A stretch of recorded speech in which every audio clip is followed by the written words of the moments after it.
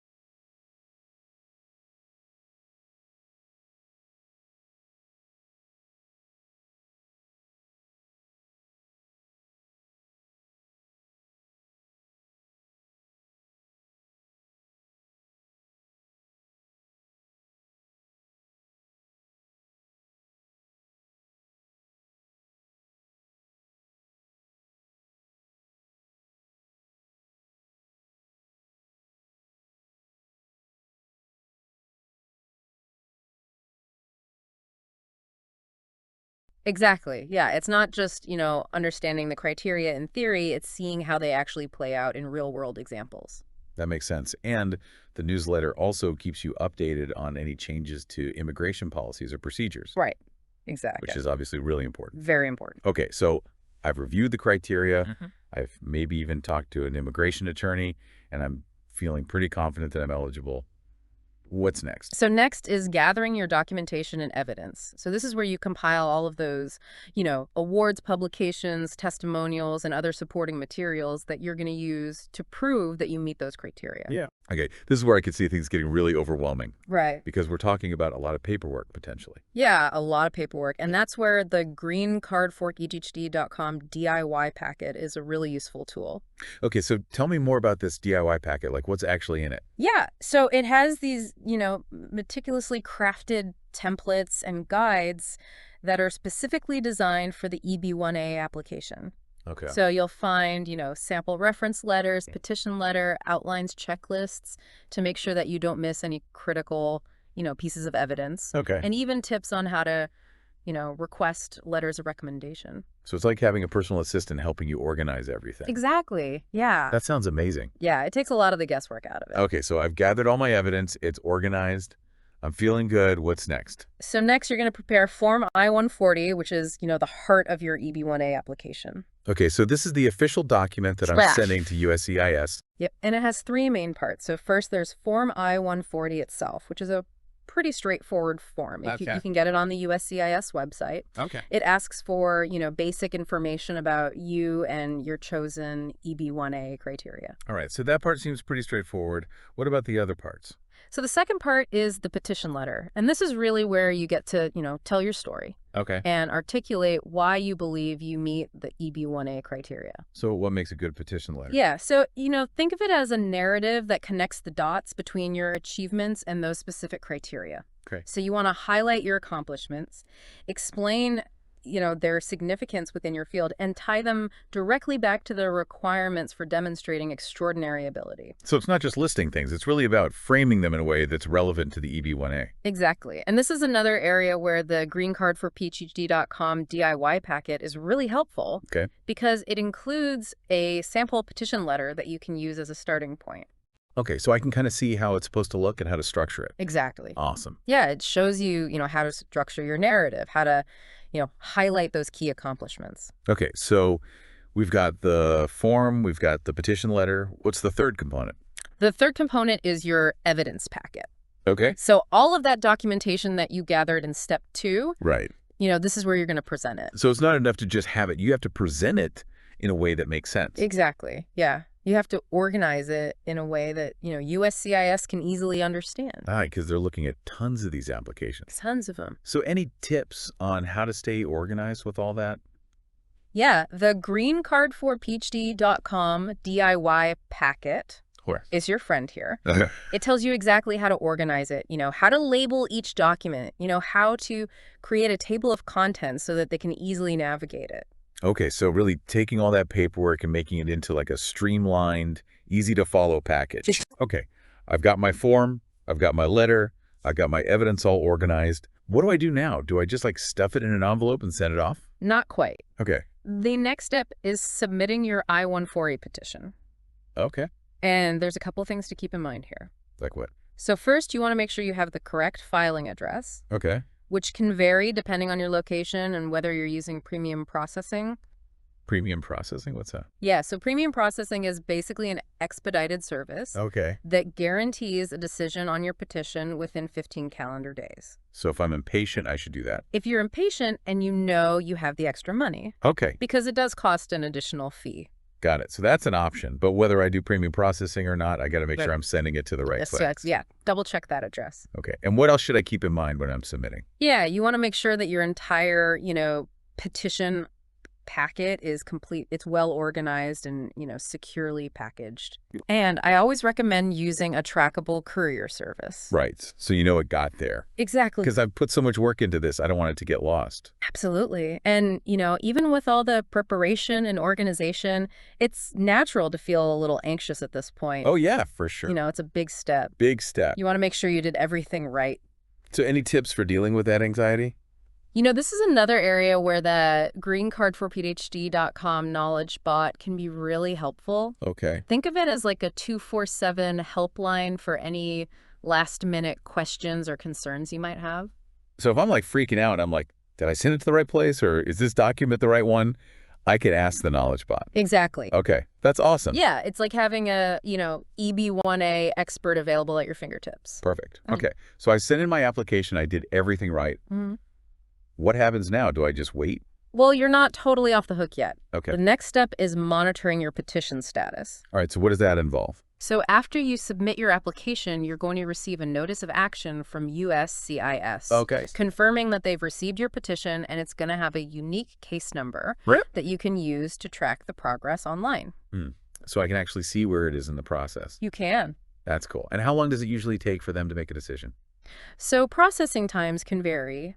If you opted for premium processing, you should get a decision within 15 calendar days. Okay. Standard processing can take several months. Okay. So got to be patient. Got to be patient. And, it's important to remember that even with the best prepared application, you might get what's called a request for evidence, or an RFE. Oh, what's that? So an RFE just means that USCIS needs additional information or clarification regarding certain aspects of your application. It's not a rejection. Yeah. It's just a request for more information. Okay, it's not the end of the world? Not the end of the world. If I get an RFE? No, the key is to just respond promptly and thoroughly. Address their concerns, provide the documentation that they're requesting. Okay, so it's like a chance to kind of go back and maybe fine-tune some things. Exactly. Yeah. And, who knows, that extra level of detail and clarification might be what pushes your application over the finish line. Fingers crossed. All right, let's say everything goes perfectly. My petition is approved. What happens then? Then you get to adjust your status to permanent resident. Okay.